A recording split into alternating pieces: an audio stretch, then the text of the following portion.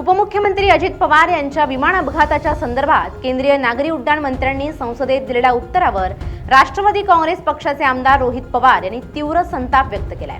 मंत्र्यांनी दिलेलं हे उत्तर थातूरमातूर आणि वेळ मारून नेणारं आहे अशी टीका करत रोहित पवारांनी थेट मंत्र्यांच्या पारदर्शकतेवरच सवाल उपस्थित केले। रोहित पवार यांनी आपल्या सोशल मीडिया पोस्टमध्ये एक गंभीर विसंगती मांडली आहे। त्यांनी विचारले की जर बारामती विमान दुर्घटनेतील ब्लॅक बॉक्स सुरक्षित आहे तर मंत्र्यांनी तो जळाल्याचं का सांगितलं? ब्लॅक बॉक्स हा कोणत्याही विमान अपघातातील सर्वात महत्त्वाचा पुरावा असतो। तो सुरक्षित असतानाही जळाल्याची खोटी माहिती का दिली गेली याचं उत्तर मंत्र्यांनी द्यावं अशी मागणी त्यांनी केली आहे। रोहित पवार यांनी मंत्र्यांवर व्यक्तिगत आणि आर्थिक संबंधांचेही आरोप केले आहेत। ज्या VSR कंपनीचे विमान अपघातात सापडले त्या कंपनीच्या मालकाच्या मुलाच्या लग्नात मंत्र्यांनी पाहुणचार घेतला होता। त्यामुळे मंत्री आता त्या मिठाला जागून चौकशीत पारदर्शकता टाळत आहेत का असा बोचरा सवाल त्यांनी विचारलाय।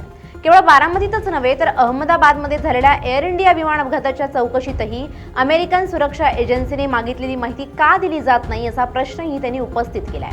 केंद्र सरकार आंतरराष्ट्रीय निकषानुसार तपास करत असल्याचा दावा करत असताना ही माहिती का लपवली जाते असा आरोप रोहित पवार यांनी केलाय।